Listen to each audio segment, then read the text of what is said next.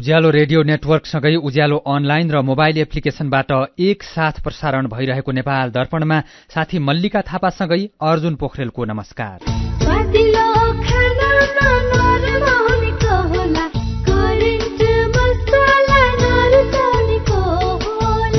नेपाल दर्पणको साथमा करेन्ट मसला र करेन्ट चिया, स्वादको झट्का।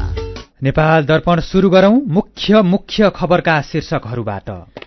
दिउँसो तनाव भएको दार्चुलाको नेपाल भारत सीमा क्षेत्रको अवस्था अहिले सामान्य। भारतले महाकालीमा बनाउँदै गरेको तटबन्धबारे प्राविधिक अध्ययन गर्ने सहमति। दाङमा संरचना नबनेसम्म लुम्बिनी प्रदेशको राजधानी बुटवलबाट नसार्न कांग्रेस र एमालेको माग। प्रदेश सरकारलाई स्वायत्तता दिए मात्रै संघीयता बलियो हुने जनमत पार्टीका अध्यक्ष राउतको दावी। निर्णयहरू गर्न सक्ने अधिकार प्रदेशलाई दिँदै अधिकारको बाँडफाँड हुनुपर्छ। देशको अखण्डतालाई कायम राख्दै नै यो स्वायत्तताको कुरा गरेको हुँ। कैलाली र कञ्चनपुरको विद्युत आपूर्ति सुधार गर्न पूर्वाधार विस्तार गरिँदै दीर्घकालीन समस्या समाधान गर्न उच्च क्षमताका प्रसारण लाइन निर्माण गरिने। युरोपेली संघमा आबद्ध देशभित्र उडिरहेको विमानभित्र मोबाइल प्रयोग गर्न दिने तयारी। 5G फ्रिक्वेन्सी उपलब्ध गराउन आउँदो जुन 30 तारिकसम्मको समय। र विश्वकप लीग 2 क्रिकेट श्रृंखलामा स्कटल्याण्डले नेपाललाई 3 विकेटले हरायो। विश्वकप फुटबलमा आज फ्रान्स र पोल्याण्ड तथा इंग्ल्याण्ड र सेनेगल खेल्दै। तपाईलाई थाहा छ, आत्महत्याको सोच बारम्बार आइरहनु, आत्महानिको व्यवहार देखाउनु एउटा मनोसामाजिक तथा मानसिक स्वास्थ्य समस्या हो। यसको उपचार छ र उपचारपछि पूर्णतया निको भएर सुन्दर जीवन बिताउन सकिन्छ। तपाई वा तपाईको परिवारमा कसैलाई आत्महत्याको सोच आउने, प्रयास गर्ने जस्ता स्वास्थ्य समस्या भए 1166 मा फोन गर्नुहोस्। 1166 मा फोन गर्दा पैसा लाग्दैन। हामी तपाईलाई निशुल्क तथा गोप्य रूपमा यी सोचबाट बाहिर आउन मदत गर्दछौं। यो सेवा नमस्ते नेटवर्कबाट 24 घण्टा उपलब्ध छ। विदेशबाट आयामी गरेको पैसा सिधै तपाईको मोबाइलमा लिन मिल्छ। अहिलेको अवस्थामा बाहिर गएर पैसा निकाल्न त्यति सजिलो छैन। त्यसैले आफ्नो मोबाइल निकाल्नुहोस्, आइएमई पे डाउनलोड गर्नुहोस् अनि घर बसी बसी आफ्नो रकम प्राप्त गर्नुहोस्। विदेशबाट आइएमई गरेको रकम प्राप्त गर्न आफ्नो मोबाइल फोनमा आइएमई पे डाउनलोड गर्नुहोस्। अब आइएमई गरौँ, आइएमई पे मा प्राप्त गरौँ सजिलै। नेपाल दर्पणमा अब खबरको सिलसिला। दार्चुलाको सदरमुकाम खलङ्गालाई नै जोखिममा पार्ने गरी भारतले महाकाली नदीमा तटबन्ध निर्माण गरेपछि दिउँसो नेपाल भारत सीमा क्षेत्रमा भएको तनाव अहिले समाधान भएको छ। नेपाली नागरिकले तटबन्धको विरोध गर्दा भारतीय पक्षले ढुङ्गा हानेको भन्दै दिउँसो महाकाली पुलमा समेत आवत जावत बन्द गरिएको थियो। दार्चुलाका प्रमुख जिल्ला अधिकारी दीर्घराज उपाध्याय र भारतको दार्चुलाका एसडीएम बीच कुराकानी भएपछि पुलमा आवत जावत शुरू भएको जिल्ला प्रहरी कार्यालयका प्रवक्ता प्रहरी निरीक्षक राजेश शाहीले जानकारी दिनुभयो। दुवै देशका सरकारी कर्मचारी बीच भएको छलफलमा प्राविधिक टोलीले अध्ययन गरेपछि मात्रै भारतले तटबन्ध निर्माण गर्ने सहमति भएपछि सीमानाका खुला गरिएको उहाँले बताउनुभयो। भारतले नेपालतर्फ महाकाली नदीको धार फर्काउने गरेर तटबन्धन निर्माण गरिरहेको भन्दै दार्चुलाका स्थानीयले विरोध गरेका थिए। उनीहरूले विरोध गर्दा भारतीय पक्षले ढुङ्गा हानेको थियो, जसबाट 4 जना नेपाली घाइते भएको स्थानीयको दावी छ। तर घाइते भएको बारे पुष्टि हुन बाँकी रहेको जिल्ला प्रहरी कार्यालयका प्रवक्ता प्रहरी निरीक्षक शाहीले बताउनुभयो। भारतले केही दिन यता तटबन्ध निर्माणलाई तीव्रता दिएको छ। नदीको धार परिवर्तन हुने गरी निर्माण भइरहेको तटबन्धनले सदरमुकाम खलङ्गा जोखिममा पर्न सक्ने भन्दै स्थानीय बासिन्दा आक्रोशित भएका छन्। स्थानीय बासिन्दाले भारत सामु नेपाली प्रशासन निरीह भएको आरोप लगाउँदै तटबन्ध निर्माण कार्य तत्कालै रोकिनुपर्ने माग गर्दै आएका छन्। प्रतिनिधि सभाका 165 क्षेत्र मध्ये दोलखाको मात्रै अन्तिम नतिजा आउन बाँकी छ।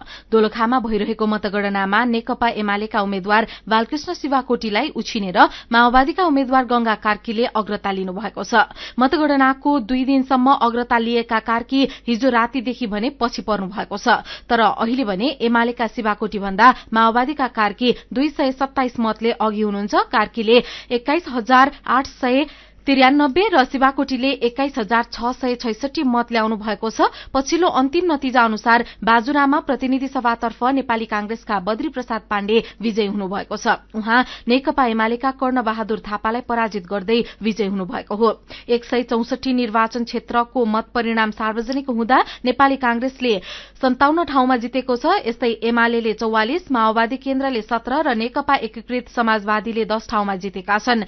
राष्ट्रिय स्वतन्त्र पार्टी र राप्रपाले 7 ठाउँमा जितेका छन्। यस्तै लोकतान्त्रिक समाजवादी पार्टीले 4 र नागरिक उन्मुक्ति पार्टीले 3 ठाउँमा जितेका छन्। राष्ट्रिय जनमोर्चा, नेपाल मजदुर किसान पार्टी र जनमत पार्टीले 1 ठाउँमा जितेका छन्। स्वतन्त्र उम्मेद्वारहरूले 5 ठाउँमा जितेका छन्। निर्वाचन आयोगले चुनावको पूर्ण रूपमा प्रक्रिया नटुङ्गेसम्म आचार संहिता लागू रहने बताएको छ। निर्वाचन आयोगका सहायक प्रवक्ता सूर्य प्रसाद अर्यालले आयोगले तोकेको समयदेखि आचार संहिता लागू भएको र सम्पूर्ण मत परिणाम नआएसम्म रहने स्पष्ट पार्नुभयो। उहाँले समानुपातिक निर्वाचन प्रणालीको मतगणना पूर्ण रूपमा नसकिएकोले आचार संहिता जारी रहने बताउनुभयो। माओवादी केन्द्रले नयाँ सरकार गठनका लागि वर्तमान सत्तारूढ गठबन्धनको विकल्प नखोजेको स्पष्ट पारेको छ। पार्टी केन्द्रीय कार्यालयमा आज बसेको माओवादी केन्द्रको पदाधिकारी बैठकले नयाँ सरकार गठनका लागि सत्तारूढ गठबन्धनको विकल्प खोज्न नहुने निष्कर्ष निकालेको हो। बैठकपछि पार्टीका महासचिव देव गुरूङले गठबन्धनमा कुनै विमति वा असहमति पैदा नभएको र आफूहरू गठबन्धन फेर्नुपर्छ भन्ने अवस्थामा नपुगेको बताउनुभयो। महासचिव गुरूङले एमालेसँग गठबन्धन गर्ने सम्बन्धमा छलफल नभएको समेत दावी गर्नुभएको छ। यसअघि हिजो बसेको बैठकले सरकार गठनका लागि विभिन्न विकल्पहरू खुल्ला राख्ने निर्णय गरेको थियो। दाङमा संरचना निर्माण नहुँदै लुम्बिनी प्रदेशको राजधानी बुटवलबाट नसार्न रूपन्देहीका राजनीतिक दलहरूले आग्रह गरेका छन्।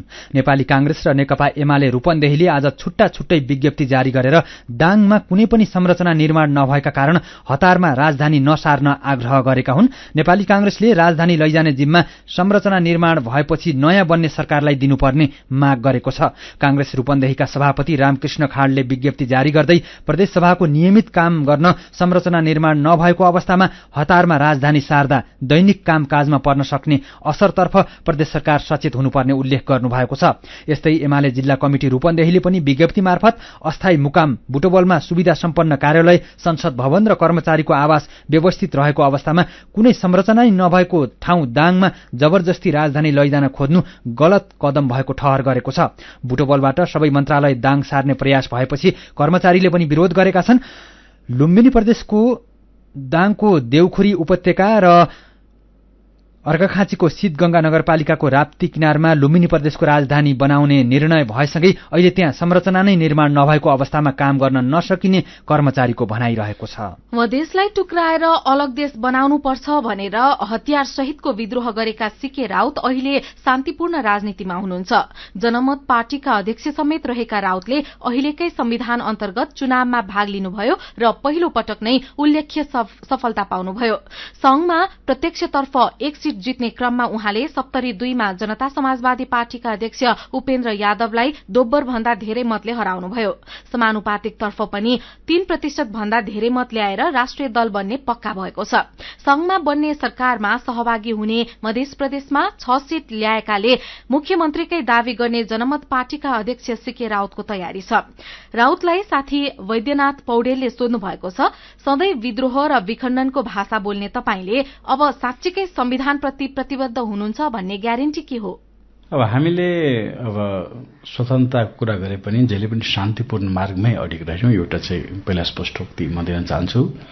र अहिले चाहिँ अब संविधानको दायराभित्र, किनकि संविधान त्यस पछाडि चाहिँ संविधान नयाँ संविधान जारी भयो, देशमा संहिता संस्थागत भयो, गणतन्त्र संस्थागत भयो र नयाँ एउटा परिवेश नै जन्मियो। र त्यो नयाँ परिवेशमा हामी चाहिँ ल अब यही परिवेशमा संविधानको दायराभित्र रहेर पनि आफ्ना माग मुद्दाहरू सम्बोधन गर्न सक्छौं, यो समाजको लागि के गर्न सक्छौं भनेर प्रतिबद्ध भएरै अगाडि आएका हौं। जनताले जुन किसिमको एउटा यसो अघिको चाहिँ मधेसको मुद्दा उठाउने राजनीतिक दललाई, राजनीतिक नेताहरूलाई चाहिँ विश्वास नगरेर तपाईले राजनीति, अब यसमा चाहिँ कसरी अगाडि बढ्नुहुन्छ? मधेसका मुद्दालाई कसरी अगाडि बढाउनुहुन्छ? के छ तपाईँ? हामीले मधेसका राजनीतिक मुद्दाहरू मात्रै सम्बोधन गर्दिनेतिर लाग्दैनौँ कि हामी चाहिँ जनताका सरोकारका विषयहरू, सेवा प्रवाहका विषयहरू, सुशासनका विषयहरू यतातिर पनि बढी ध्यान केन्द्रित गर्दैछौँ। त्यही भएर मधेसमा शिक्षा, स्वास्थ्य, रोजगारी, सामाजिक सुरक्षा, सामाजिक न्यायका जुन एजेन्डाहरू छन् त्यसलाई चाहिँ हामी टटकारो रूपमा उठाइराखेका छौँ।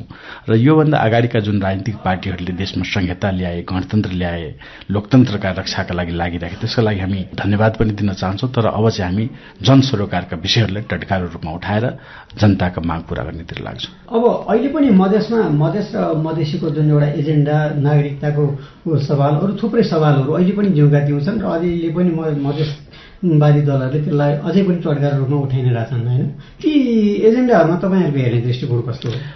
पक्कै पनि नागरिकता भन्ने समस्या नयाँ समस्या होइन। यो त 2004 साल 5 साल जहिलेदेखि आन्दोलनको सुरुवात हो त्यो दिनदेखि नै कायमै छ, यथावतै छ। यी एजेन्डाहरूलाई चाहिँ सत्तामा जाने माध्यमको रूपमा मात्रै प्रयोग गरिदिँदाखेरि सम्बोधन ठोस रूपमा नै हुन सकेन। त्यही भएर हामी चाहिँ सकेसम्म यसलाई कसरी सम्बोधन गराउन सकिन्छ त्यो मुद्दाप्रति इमान्दार रहेर अगाडि बढ्छौं। राजनीतिक एजेन्डाको रूपमा स्वायत्तता पनि छ। किसान आन्दोलनको मुद्दाहरूको सम्बोधनका कुराहरू भए। अब स्वायत्तताको कुरा गर्नुभयो, तपाईहरुले खोजेको जनमत पार्टीले खोजेको स्वायत्तता कस्तो किसिमको? प्रदेश जुन बनेको छ त्यो चाहिँ एकदम प्रशासनिक एकाइ जस्तो मात्रै हुन आयो र त्यही भएर कमसेकम प्रदेशलाई जुन अधिकारहरू आवश्यक छ, जुन निर्णयहरू आफैले गर्न सक्नुपर्छ त्यो निर्णयहरू गर्न सक्ने अधिकार प्रदेशलाई दिँदै त्यस्तो खालको अधिकारको बाँडफाँड हुनुपर्छ र यसकोमा चाहिँ भ्रममा नरहन म आग्रह गर्छु। यो देशको अखण्डतालाई कायम राख्दै नै यो स्वायत्तको कुरा गरेको हुँ। यो दुईवटा गठबन्धनमा तपाईको निकटता चाहिँ कता रहन्छ? तपाई अब सरकारमा सहभागी हुने नहुने अथवा के छ? प्रतिपक्षमा बस्न पनि हामी डराउँदैनौँ। सरकारलाई समर्थन दिने तर सरकारमा नजाने र त्यसो सरकारमा आफै सक्रिय रूपमा जाने तीनवटै मोडालिटीको लागि हामी ओपन छौं। खास गरी मूल कुरा बोटम लाइन चाहिँ के हो भन्दाखेरि जनताको अपेक्षा र विश्वास चाहिँ गुम्नु भएन, जनताको भरोसा टुट्नु भएन र हामी त्यहाँ पुगेपछि काम गर्ने वातावरण हुनु पर्यो। खालि पद ओगट्नको लागि हामी जान चाहेका छैनौँ। अब अहिले मध्य प्रदेशमा चाहिँ मुख्यमन्त्रीको माग पनि गरिराख्नु भएको छ। अब त्यहाँ एउटा स्पष्ट बहुमतको त्यति देखा परेको छैन, तर जुन किसिमको सिट संख्या तपाईले ल्याउनु भएको छ अथवा जुन त्यसको आधारमा तपाईहरुले मुख्यमन्त्री दाबी गर्ने अथवा हुने सम्भावना कतिको छ? सबभन्दा पहिला जनमत पार्टी चाहिँ अहिले निर्णायक भूमिकामा छ। त्यो बिना सरकार बन्न नसक्ने स्थिति खासमा निर्माण हुँदै आएको छ। अर्को कुरा चाहिँ मधेसमा यदि गाउँसम्म पुगेर बुझ्ने कुनै दल छ भने त्यो जनमत पार्टी हो। मधेसका समस्याहरू, मधेसका सामाजिक कुराहरू, सामाजिक संरचनाहरूसँग अवगत भएको कुनै दल छ भने र गाउँसम्म पुगेर आफ्नो संरचना फैलाएको कुनै दल छ भने त्यो भनेको जनमत पार्टी हो। र त्यही भएर जनमत पार्टीले त्यहाँको नेतृत्व दियो भने प्रभावकारी तरिकाले काम गर्न सक्छ, त्यहाँको प्रदेशको विकासको लागि राम्रो काम गर्न सक्छ र त्यही भएर जनमत पार्टीले मौका दिनुपर्छ। उहाँ हुनुहुन्थ्यो जनमत पार्टीका अध्यक्ष तथा सांसद सीके राउत। फेरि पनि खबरकै सिलसिला, मधेसी आयोगले मधेसी समुदायमाथि लक्षित गरी अपमानजनक शब्द प्रयोग नगर्न तथा नगराउन सबैलाई सचेत गराएको छ। आयोगले विज्ञप्ति निकालेर मधेसी समुदायलाई लक्षित गरी प्रयोग गरिने अपमानजनक शब्द प्रयोग नगर्न आग्रह गरेको हो। यस्ता शब्द प्रयोग गर्ने जुनसुकै व्यक्ति वा संस्थामाथि नेपालको प्रचलित कानून अनुसार कारबाही हुने मधेसी आयोगले चेतावनी दिएको छ। आयोगका अध्यक्ष डाक्टर विजय कुमार दत्त सहित आयोगका सदस्यबाट यस्ता संवेदनशील घटनाहरूको अनुगमन हुने गरेको र सम्बन्धित निकायलाई यथाशीघ्र छानबिन गर्ने, दोषीलाई कड़ा कारबाही गर्न सिफारिस समेत गरिएको विज्ञप्तिमा उल्लेख छ। आयोगले यस्ता घटनाको उजुरी आयोगमा विभिन्न माध्यमबाट दिन पनि अनुरोध गरेको छ। सीधा कुरा प्रश्न विचार, यो हो उज्यालो रेडियो नेटवर्क। नेपाल दर्पणमा खबरको सिलसिला बाँकी नै छ, सुन्दै गर्नुहोला। एचआईभीका बारेमा खुलेर कुरा गरौं। एचआईभी खराब आचरणको नतिजा नभई असावधानीको परिणाम हो, तसर्थ यसबाट बच्न असुरक्षित यौन सम्पर्क नराखौं। अन्य व्यक्तिले प्रयोग गरेका धारिला औजार जस्तै छुरी, दारी काट्ने ब्लेड प्रयोग नगरौं र रगत चढाउनु पर्ने अवस्था भएमा परीक्षण गरेको रगत मात्र चढाउँ। संक्रमित भइसकेकालाई समयमै उपचारमा लगाउँ र अकालमै हुन सक्ने मृत्युबाट जोगाउँ। समयमै उपचार गर्नाले संक्रमित गर्भवती महिलाले पनि स्वस्थ बच्चा जन्माउन सक्छिन्। Nepal youth foundation, 12+ Lumbini plus र मकवानपुर महिला समूह। खुसी कसरी खुसी हुन्छ जब बने छैन कोही, आफ्नो भन्दैमा आफ्नो हुन सम्पर्कमा बस्या खै। सम्पर्कका लागि बलियो आधार नेपाल टेलिकम हो राष्ट्रकै सञ्चार। सम्पर्कको आधार राष्ट्रको सञ्चार, नेपाल टेलिकम राष्ट्रको सञ्चार। नेपाल टेलिकम राष्ट्रको सञ्चार।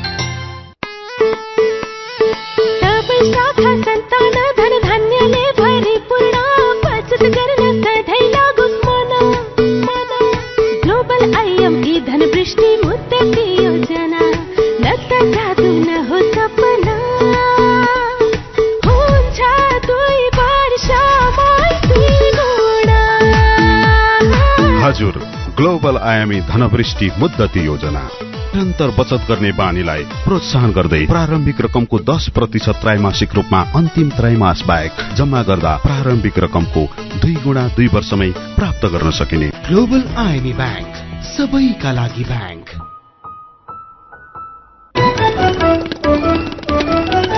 उज्यालो रेडियो नेटवर्कबाट प्रसारण भइरहेको नेपाल दर्पणमा तपाईंलाई फेरि स्वागत छ। यतिन्जेल हामीले दिउँसो तनाव भएको दार्चुलाको नेपाल भारत सीमा क्षेत्रको अवस्था अहिले सामान्य, दाङमा संरचना नबनेसम्म लुम्बिनी प्रदेशको राजधानी बुटवलबाट नसार्न कांग्रेस र एमालेको माग, प्रदेश सरकारलाई स्वायत्तता दिए मात्रै संघीयता बलियो हुने जनमत पार्टीका अध्यक्ष राउतको दाबी लगायतका खबर प्रस्तुत गर्यौं।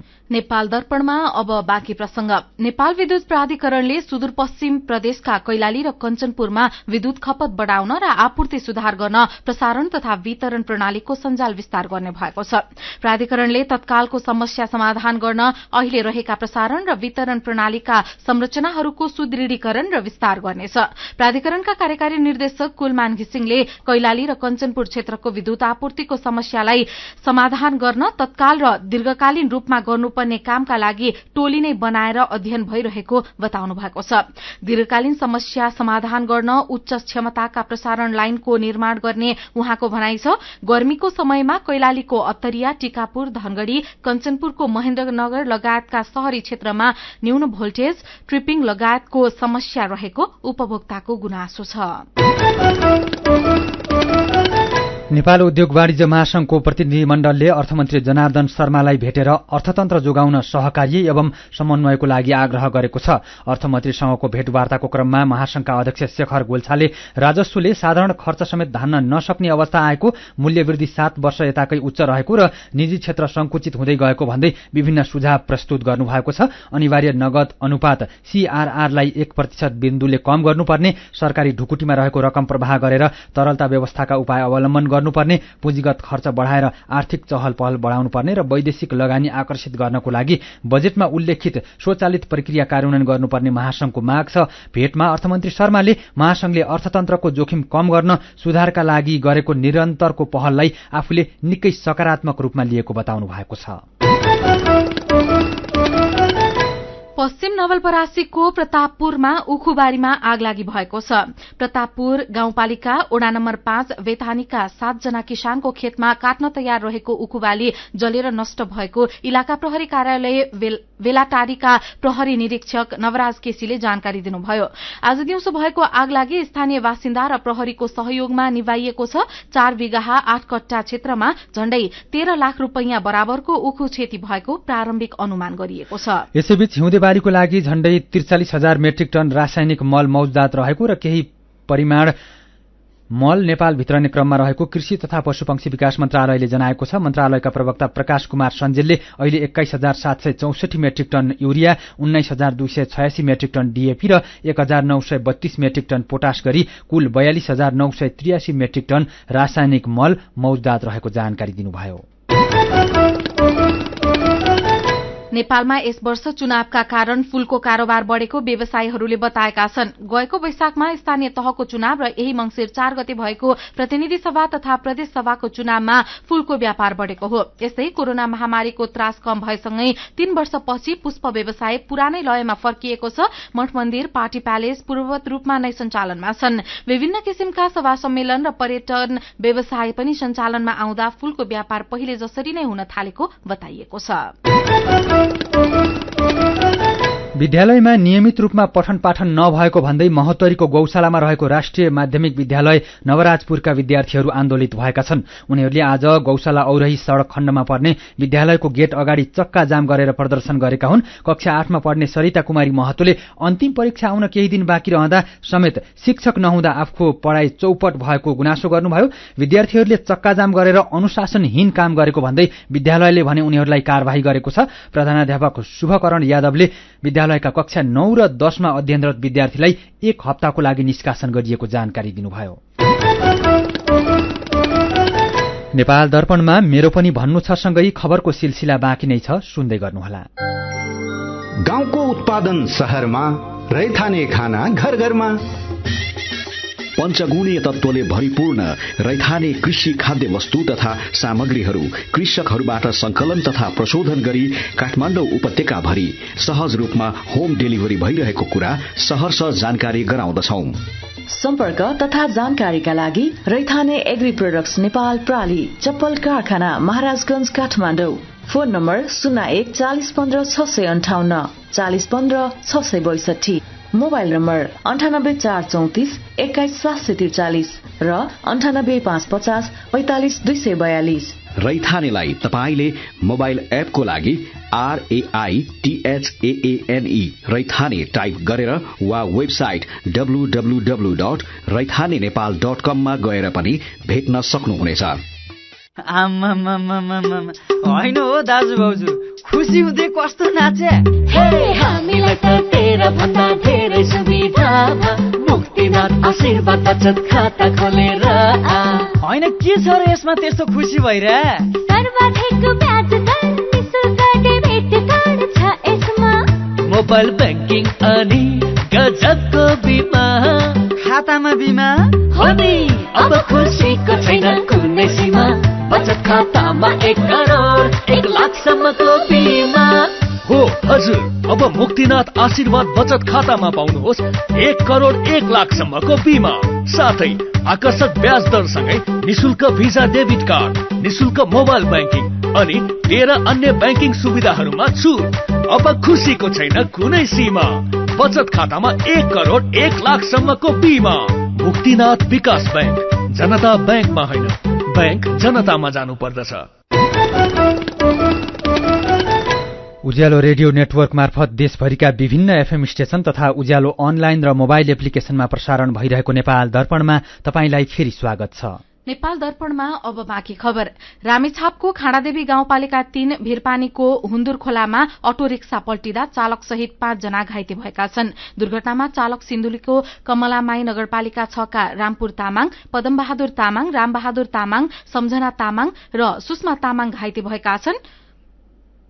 हप्ताको पहिलो दिन शेयर बजार परिसूचक नेप्से आज 2.16 अंकले बढेर 1963.22 बिन्दुमा पुगेको छ। आज 243 वटा कम्पनीका 36,94,000 किता शेयर 1,56 करोड 17 लाख रुपियाँमा कारोबार भएका छन्। झापाको गौरादह नगरपालिकाले बुहारीलाई छात्रवृत्ति वितरण गर्न थालेको छ। नगरपालिकाले स्नातक तहसम्मको अध्ययन गर्न चाहने बुहारीलाई छात्रवृत्ति दिन थालेको हो। निम्न आय भएका बुहारी शिक्षाबाट वञ्चित हुन नपरोस् भनेर छात्रवृत्ति दिन थालिएको मेयर छत्रपति सुवेदीले बताउनुभयो। हुम्लाको अदानचुली गाउँपालिकाले आउँदो शैक्षिक सत्रबाट स्थानीय पाठ्यक्रम लागू गर्ने भएको छ। आउँदो शैक्षिक सत्रमा स्थानीय पाठ्यक्रम लागू गर्न आवश्यक तयारी गर्ने गरी 7 सदस्यीय शैक्षिक प्रोफाइल निर्माण सहित पाठ्यक्रम तयारी समिति गठन गरिएको वडा नम्बर 5 का वडा अध्यक्ष कमल बहादुर छन्त्यालले जानकारी दिनुभयो। मेरो पनि भन्नु छ। झापाको गौरादह नगरपालिकाले बुहारीलाई छात्रवृत्ति दिने खबर उज्यालोमा पढेर माधव घिमिरेको प्रतिक्रिया छ, पैसा बाँड्ने होडबाजी धेरैतिर चलेको छ। यसरी पैसा बाँडिरहँदा पैसा आउने बाटो चाहिँ के हो?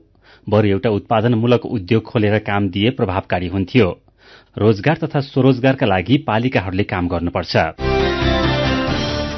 कृष्ण अरियाल पनि खै काम भन्दै लेख्नुहुन्छ, काम देऊ, स्वरोजगारको उपायहरू देखाएर सहयोग गर, सस्तो लोकप्रियता बन्ने काममा ढुकुटी नरित्याउ, केन्द्रबाट बजेट लिएर बाँड्ने मात्रै काम पालिकाले गर्नुहुन्न। सुशीला थापा सिलवाल भने पालिकाको यो कामलाई सकारात्मक छ भन्नुहुन्छ। उहाँले लेख्नु भएको छ, पालिकाले आर्थिक सहयोग गर्ने भएछ, अब घर परिवारले पनि साथ दिने हो भने बुहारीहरूलाई पढाइ अगाडि बढाउन सजिलो हुन्छ। परालबाट बुन्ने सुकुल गुन्द्री हराउँदै गएको खबर बिहानको काया कैरनमा सुनेर पूर्ण बहादुर थापा मगरले लेख्नु भएको छ, सुकुल गुन्द्री अब एकादेशको कथा जस्तै भएका छन्। पालिकाहरूले यस्तो परम्परागत सिपलाई प्रोत्साहन गर्ने र सबैले प्रयोग गर्ने हो भने घरमा बस्नेहरूले केही आमदानी गर्छन् भने आयात घट्दा देशको अर्थतन्त्रमा सहयोग पुग्छ। अनि काया कैरनमै कोरोना बीमा भुक्तानी सम्बन्धी खबर सुनेर भूपेन्द्र सुब्बाको प्रतिक्रिया छ, बीमा गराउने बेला लम्पसार परेर ढोग्न समेत पछि नपर्नेहरू पैसा फिर्ता गर्ने बेला बेवास्ता गर्छन्। बीमा गराउने अभियानलाई जसरी चलाइएको छ, रकम फिर्ता गर्ने तथा मागदाबी भुक्तानीमा पनि उत्तिकै सहजता हुनुपर्छ। विचारको लागि तपाईंलाई धन्यवाद। मेरो पनि भन्नु छ। मेरो पनि भन्नु छ प्रस्तुत गर्दै हुनुहुन्थ्यो साथी भोजेन्द्र बस्नेत। नेपाल दर्पणमा अब विदेशका खबर। युरोपेली संघमा आबद्ध देशभित्रका हवाई यात्रुले उडिरहेको विमानभित्र पनि मोबाइल फोन प्रयोग गर्न पाउने भएका छन्। उडिरहेको जहाजमा पनि कम गतिको मोबाइल डेटा सहित 5G प्रविधि विमान सञ्चालकहरूले उपलब्ध गराउन सक्ने युरोपेली आयोगले जनाएको छ। निर्णयपछि विमानका यात्रुले अब आफ्नो मोबाइललाई फ्लाइट मोडमा राखिरहन पर्दैन। यद्यपि यसको कार्यान्वयन कसरी हुन्छ भन्ने अझै स्पष्ट नरहेको बीबीसीले जनाएको छ। युरोपेली संघका सदस्य देशहरूलाई विमानका लागि 5G फ्रिक्वेन्सी उपलब्ध गराउन आउँदो वर्षको जुन 30 सम्मको समय दिइएको छ। सम्पूर्ण प्रविधि तयार भएपछि मानिसहरूले उडिरहेको विमानबाट पनि फोन गर्न र मोबाइल डेटाबाट गीत संगीत सुन्न र भिडियो पनि हेर्न सक्नेछन्।